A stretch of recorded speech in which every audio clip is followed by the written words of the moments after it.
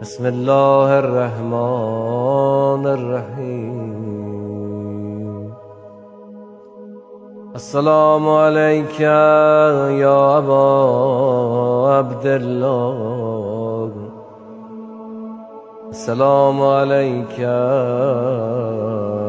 ابن رسول الله. السلام علیک یا ابن امیر المؤمنین و ابن سید المرسلین. السلام علیک یا ابن فاطمة سیدة نساء العالمین.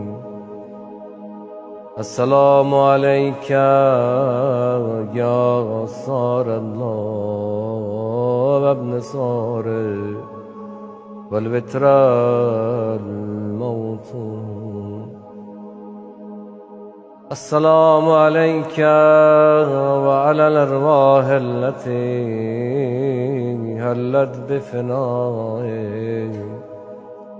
عليكم مني جميعا سلام الله أبدا ما بقيت وبقي الليل